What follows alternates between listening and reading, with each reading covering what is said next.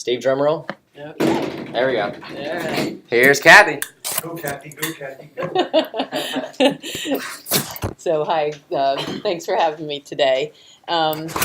Before we get started here, I want to ask you guys, because I think there's a lot of different synonyms for willpower. What are some that come to mind for you when you think of willpower? What does that mean? Discipline, good. Strength. Strength, excellent. Drive. Drive, these are great. Tenacity. Self-control. Self-control, tenacity, very Hunger. good. Which one was last? Hunger. Hunger? Well, willpower can impact hunger, hopefully. I'm not sure I'd call that a synonym. Any others? Okay, all right. So those are all great. I like those. Those are really all on point. The actual definition is really the ability to delay gratification. Okay, resisting short-term temptations for long-term goals. So we're going to look at some ways that might help you with that. This is really science-based. I'm going to talk about a lot of research studies that have been done, but hopefully it will give you some tips along the way of things that you can do to improve your willpower, or at least put you in a better place to be able to do that. So we're going to talk a little bit more about what is willpower, why does it matter, and then mostly focus on the science of willpower.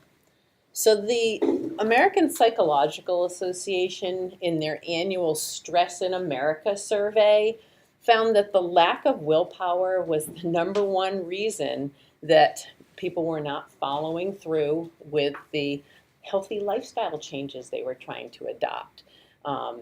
That makes sense? How many of you have struggled with that? Have you tried to make changes? Yeah, and it's hard to make changes sometimes. You're battling your willpower. So let's take a moment to look at the brain portion of this. Let's say you're battling. You've got a choice. Do I eat this banana or do I eat this candy bar? And what happens then is, depending on your energy level, okay, it's your stress level, one area of your brain, the prefrontal cortex, tends to be most activated and impact your decision-making goals there, or your ability to make that right choice. So if your energy level's higher, say for example you've gotten a good night's sleep, or you're well hydrated, you've got regular physical activity, even eating nutritionally dense good foods, all those impact your body's energy level and how you're able to make that decision.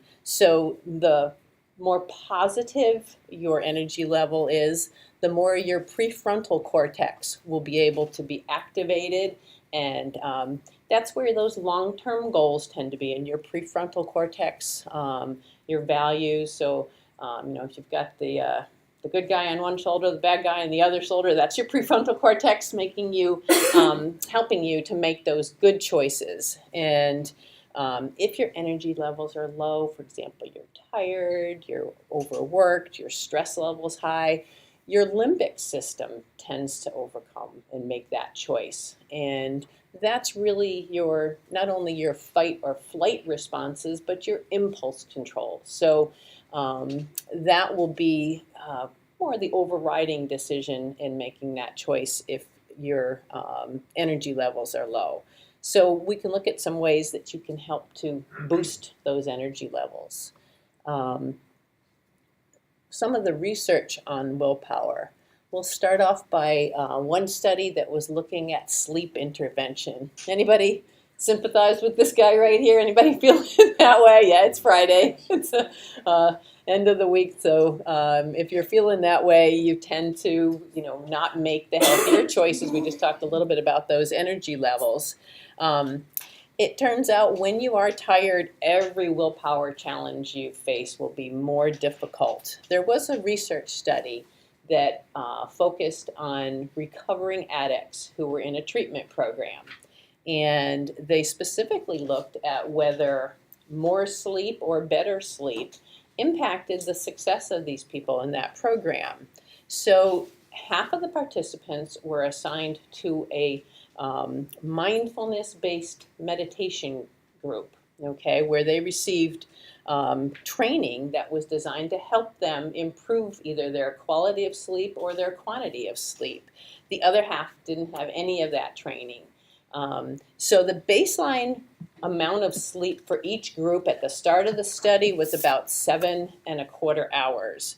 And then the subject group was given just they were given training on how to do 10 to 15 minutes of mindful meditation per day.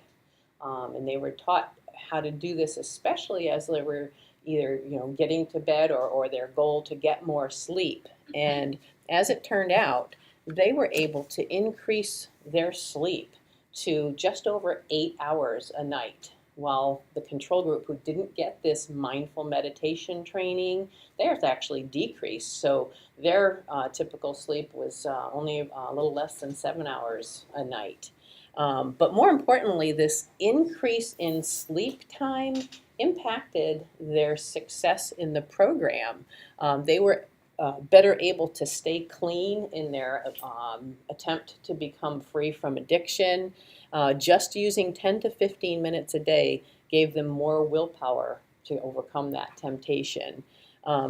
Additional studies have looked at MRI images of the brain and have seen that when a person is sleep deprived, and for that they define that as less than 6 hours of sleep a night, they noticed when they looked at their brain scans that the limbic, remember we looked at that impulse center, their limbic system was lit up bright on the scans, which told them that that area was really dominating the brain, compared to people who were not sleep deprived. And in people who are not sleep deprived, it shows that the prefrontal cortex was more lit up or active at that time in those MRI scans, which tells us, knowing what we learned about those two areas, that the people who were well rested had better impulse control, were able to keep those long-term goals in mind and make the better choices when they were faced with willpower challenges.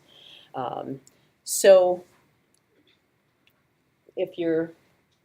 some people don't think about better or improved sleep as a wellness goal, but maybe something you want to consider in terms of your overall health to impact that.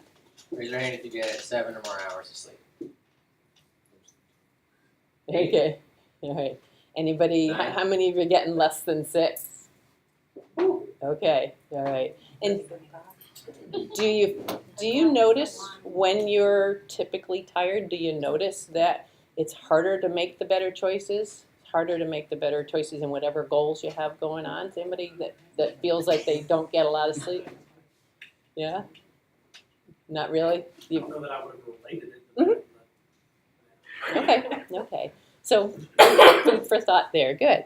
Now, sleep's not the only physiological impact that can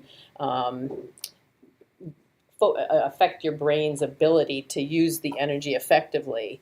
There's other ways to help you improve that frontal region where we have those long-term goals stored. Is there anything on this list, one thing that you think you should be doing now that you're not? Raise your hand if you see one thing up there that you think you could work better that might be on one of your goals. Just one? Just one, That's yeah, fine. that's okay, one or more. Raise your hand for all of the above. Yeah, oh, that's okay. Okay, so some of and again, these are all things similar to just that sleep study we talked about. All of these things can help your brain physiology, so it can help you. Yeah. I've noticed like most of these are like self-rewarding things that you do that make you feel kind of better about yourself to kind of help you get away from the quick stuff. Well, you're exactly right, and that's what's the ironic thing about this is they are all things that are self-rewarding, but they're all also things that help you be more successful in accomplishing that. So that's kind of why we're looking at those. Just you're exactly right. So both meditation and physical exercise have been shown to make the brain more efficient. So we just talked a little bit about just 10 to 15 minutes of meditation can help impact that. Consistent physical activity in someone who's not already been getting that can have the exact same effect in terms of boosting that region of your brain that helps with the impulse control. Spikes in blood sugar. Now that tends to happen when we eat food that is high on the glycemic index, tends to come from your processed foods, your starchy, sugary foods, and those spikes in blood sugar also impact those two areas of your brain. You'll be more likely to have activity in that limbic region, less impulse control. The prefrontal cortex is not activated as much when you're eating food that's not nutritionally dense for you. So shifting to a plant-based diet can help you in that region as well. So, I'm glad that you already realized that the irony of this is that you need willpower to do these things, but in doing them, they do all positively impact your willpower as well. So we'll look at a couple of different ways that you might boost these in addition to that, have that positive impact. Other things besides the ones there that also can improve the physiology in your brain: yoga, spending time with animals, spending time outdoors, and praying. All of those things also have those positive impact on that too. What's that? Tell Megan it's good for. We're gonna go pray with dogs outside while Yeah. yoga. There you go. You got them all. Doggy yoga outside. Okay. So let's take a look at another aspect of how you can maybe help your willpower. How many of you have failed at challenges that you've been doing, even if it's little things? Yeah, I think we all have, right? So think about how that makes you feel, okay? Kind of gets you down, doesn't it? But what I'm going to talk to you about is a study that looked at how you react to that and how you treat yourself can make a big difference. So there was a study done, the donut study, done with a group of dieters. Okay, so they had this group of dieters come in, and the participants were asked to take their choice of donuts that were on the table, eat a donut, and then drink 16 ounces of water. Obviously, if you're in a diet program and you're asked to do that, I think there might be some concerns there for why they would be asking you to do this. But they had these people do this, and then they went and split them into two groups. And they took the subject group, and they gave them a talk about self-compassion. They're saying, okay, you probably feel pretty badly right now because I know you're on a diet, and yet you just ate that ate that donut and drank that water, and you're probably feeling pretty full right now and maybe a little bit down on yourself. And they actually took some blame for it. Said, we asked you to do that, so give yourself a break. It's really okay. Nobody's perfect. We all make mistakes. And they basically gave them a pep talk, trying to boost their self-esteem a little bit in relation to how they might be feeling after eating that donut. Now, the control group, the other half, got nothing. They didn't get any pep talk. They were just allowed to kind of wallow in whatever negative feelings they might have, if any, developed after doing that. And then they took both groups and they supposedly were there to talk about the tastes of food and their feelings.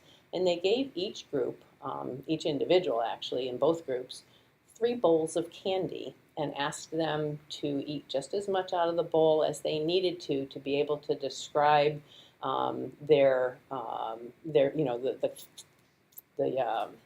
feeling that they were having and the taste of the candy.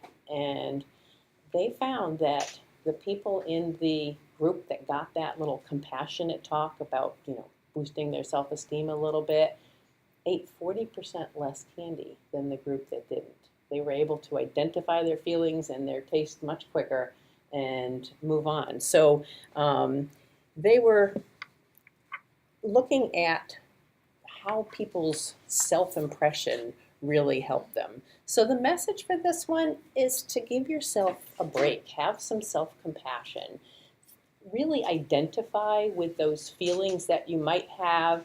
Now, maybe it's not as bad as or something like a donut, but we've all just identified that everybody fails. Okay, nobody's perfect, but we tend to be harder on ourselves. Think about if you had a friend or a child or a spouse who was struggling, and they were having some failures in trying to reach their goals. We tend to be much more compassionate to other people. You probably wouldn't tell them, "Oh man, you're such an idiot," or "You're such a loser," but yet we say those things to ourselves. Okay, so the point of this all is to try to be a little more compassionate to yourself. If you're working on meeting your goals and you're not meeting it, you'll end up perhaps being more successful if you can give yourself a break. Stop, identify your feelings. Try to figure out, how am I feeling about this right now? If you can identify it and say, what is it that I need right now? Maybe you just need a break for a day or a nap or something to self, care for yourself positively. And then maybe you'll be stronger and your willpower will be improved to be able to get back and without beating yourself up, have a little self-compassion and moving on towards your goal in a much more positive way. Does that make sense? Okay. So research has shown that offering your own self-encouragement, kindness, self-compassion rather than harsh criticism has helped smokers, people who are trying to give up smoking, alcoholics who are working to stay sober. They've had proven studies of this on multiple levels, even on procrastinators who are trying to get through their to-do list. They found that having a little self-compassion helps them. So remember, identify your feelings, okay? Identify them and be mindful of them. Recognize that nobody's perfect, okay? And try not to beat yourself up over it. So it was interesting when I was sitting here listening to some of your challenges that you've got going and the points going and everything. Having rewards is another thing that can help to boost your willpower. Now, I was hearing some big, maybe more long-term goals that you guys were talking about. So if you can think about breaking those down into smaller steps, let me explain the science behind this reward process. They've done a study, and again, it was a lot of these psychological studies are done in drug addicts just because they've got a captive audience there in these rehab programs. But again, many of the results can translate out to the general population. But they had a simple intervention program. These people in a drug rehab program were given a weekly opportunity to pull a prize out of a fishbowl, okay? Most of the prizes were small, little ones. Great job, keep it up, just a little encouraging paper. Just a few of them, maybe about 20%, had a small dollar value, say about $1, might have been a bus token or a McDonald's gift card or something. Again, this was a rehab program, not a diet thing. And then there was one, maybe 1 out of 100, of really high value, a couple $100 reward in there. And just that act of reaching in and thinking, ooh, I'm going to get either something smaller, maybe I'll get the jackpot and get that big one, really helped. It changed the rate of completion from 23% to 83% in these people in their progress through their rehab program, and it increased the number of participants who actually passed their drug test every time from 40% to 80%. So again, these can translate to some of the day-to-day issues that we all face, whether it's smoking or exercise or eating. And so trying to set up some reward for yourself. Now, the obvious one for me is, so if I'm, if somebody needs to lose 80 pounds, okay, that can be daunting. And again, you get that self-criticism in there, it can knock you down. So what you really want to do is set short, measurable goals, things that you might be able to attain.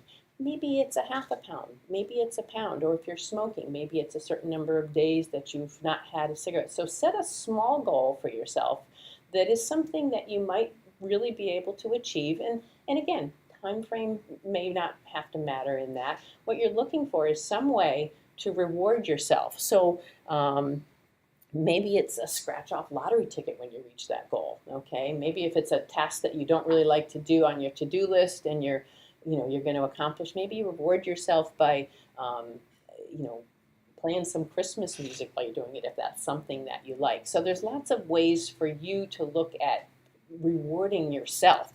And again, you're helping your brain believe and understand in that power of success, and especially when the rewards are far off. So it could be even something as simple as having a jar, and every time you reach that goal, maybe you drop $1 into it. Okay, so again, you're going to get reward in the long term when you do reach your big goal, but rewarding those little ones gives you some positive energy in your brain when you do that. Has anybody ever tried that? Like a swear jar? Could be, yeah. If that's something that if that's a goal that you're trying to do, absolutely, absolutely. Can anybody think of something short term that you might be able to set as a goal and some reward that you would want to do with that? All right, the only one I'm going to caution then is if it's a weight loss type of goal, try to make sure that you're not rewarding yourself with food. Make sure it's got something else to do with that. Okay? All right. Speaking of weight loss, how many of you struggle with cravings? Okay, and it may not be weight. It could be nicotine. There's lots of other cravings that you could have. It's real, especially if you've got things that you really, really like to do. It's hard to get around that. There was a study, we'll call it the Hershey Kisses study. And this was done on people who felt that they had no control around food. And they were actually given a transparent box with Hershey's Kisses in it. And they had to carry that around 24 hours a day. They even had to sleep with it. Okay? Come back in. Tell us. Yeah. And they were given these three ways to distract themselves from that craving of eating those chocolate kisses. Now, the researchers actually, before the study, when they gave them these, they had actually marked each chocolate kiss, so they knew that afterwards that these people weren't eating them and replacing them. Okay. So the first strategy they gave them for trying to overcome the craving was distraction. For example, turn their attention away from the sight or the smell or the look of those by doing something else. Maybe it was physical activity, push-ups, jump rope, maybe it was reading a magazine, maybe it was talking to a friend on the phone. Some way to distract themselves from them, to get their mind off of the fact that, oh, I really want, in this case might be that chocolate kiss right there. And you can apply this to other things. If you're struggling with smoking, maybe you distract yourself by calling a friend or going for a walk, or lots of other things that you can do as distraction when you're having a craving on something. They also talked about thought stopping, okay? Recognizing that temptation and absolutely trying to cancel that out immediately. Reinforce your goal. As soon as you want to say, oh, I'm going to reach for whatever my temptation is, stop and say, nope, is that going to help me reach my goal? Really try to cancel that out. This might especially work well, in this study anyway, for people who don't like chocolate. That might be an easier goal for them. But they actually had the greatest success with the last one, with mindfulness. When that temptation or craving strikes, they ask you to pause for a moment and pay attention to the feeling in your body. What is it that you're feeling? Okay, so say if you're on a diet plan, is it hunger or is it thirst or boredom? Try to identify what your feeling really is and how is it making you feel. They talk a little bit in this about this. Has anybody ever heard of the white bear effect? If you're thinking about trying to not think of a polar bear, and you deliberately try to not think about it, it's going to keep coming back in your mind, no matter how hard you try. So it's really a psychological effect that's been around for a long time. They call it the white bear effect. The more you try to not do or think of something, the more it comes into your mind. So because of that, they're asking you to be mindful of this craving, okay? Don't try not to think about it. Bring it to your mind. If it's already there, then don't try to shove it away. Actually say, okay, how am I feeling about this?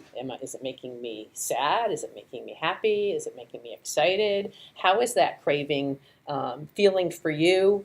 And then asking you to pause and think for a minute about your commitment. What is it that your next step is going to be on that? Okay, so people who really struggled with this self-control around food found that that was very helpful helpful for them to overcome that craving. In the psychological literature, that's called surfing the urge. So keeping it right there in the forefront of your mind, kind of like, picture a person surfing a wave. Okay, they've got to be really mindful of everything they're doing. You're going to be mindful of that craving. Keep it right in the forefront. Don't try to push it away. And bring some acceptance to how you're feeling. Try not to be judgmental about it. By paying greater attention to that craving, it actually feels like by maintaining awareness on it and avoiding passing value judgments on it, that you can ride that wave over, and all of a sudden you don't have that craving as much by just that mindfulness towards it. So it's kind of it might take some thought to remember to do that, because I know instinctively I think we try to push those cravings away. But if you actually try to focus and keep it up in your forefront of your mind, keeping in mind how you're feeling about it and what your long-term goals are right there, that could be beneficial for helping your willpower through that. The last study we're going to look at, identifying barriers and obstacles. Think of a goal that you're working on right now. Bring that into your mind for a moment. Do you think you'll do better at achieving that goal if you think every day of failing on it or of succeeding on it? Show of hands. How many think you'll do better if you're going to fail on it? Think about failing every day. How many of you think you'll do better if you think every day positively how you're going to succeed about it? Okay. I would tend to agree with you, but this study, as the plan to fail in the title shows, actually disproves that. Okay. I knew it was a trick question. I know. So what they did was they looked at a group of sedentary women who had a goal to exercise regularly. Okay, and they asked them. Some of the women in the study were given the recommendation on a daily basis to give themselves a positive pep talk. You can do this. You want to do this. Remember all the reasons you want to do that. Keep all that positive energy in your forefront. You'll feel better. You'll look better. They were trying to exercise more. And the other women were also asked to do that, but they were given a second step. They were asked, once they've identified these goals and these positive feelings, they were asked to identify ways that they could fail in that today. Okay, what obstacles could come in the way of achieving that goal? And they were asked to really delve into that. What would the biggest obstacle be? They were asked to write it down. What would they say to themselves when they face that obstacle? They were asked to identify that ahead of time before they even face that obstacle. So they're getting in their mind a plan to overcome that failure. They were asked to write down, who might I be with at that time? Where would I be? They were asked to write detailed answers to all these questions about how they might fail. And they did this every day. So typically the goal might stay the same every day, but they were asked to identify these steps of how they would fail, how they might be feeling at that time, and what they could do about that. And it immediately had a positive impact on them. That group of women in this study were averaging 2 hours or more a week of exercise compared to the people who didn't have this barriers to failure. They weren't planning to fail. Okay, and they're not telling themselves they could fail, but they're looking at obstacles that would likely come in their way of succeeding and planning what they could do to overcome that. So paying attention to this actions that you could take, okay? You could on a daily basis, you probably wouldn't change numbers 1 and 2, but identify what your goal is that day, okay? And what would be the most positive outcome. So you're kind of building yourself up. You're thinking, yep, I can do this. And then you're planning. What action can I take to reach this goal? What's my biggest obstacle to achieving it? When and where is that likely to occur? And then what can you do to prevent this? And how can I get back to my goal if it doesn't? Does this sound like something any of you could do? Maybe not writing it down. Writing it down would obviously be best, but does this sound like something you could do? Because we don't usually plan what's going to happen if we don't achieve our goal. But if you're addressing that ahead of time, it can help. And a good example is if you're trying to lose weight and you have like a birthday dinner out or something you're going to, and you just have to plan ahead, hey, I'm gonna order a box when I order my meal, so I put half of it away at the beginning or some way to help yourself. Absolutely, that's great, yeah. Anybody else have any ideas on obstacles if you had a particular goal? When we do a grandma's pizza up in the lunchroom and there's 8 boxes of pizza, I guess it'd be better to stay home that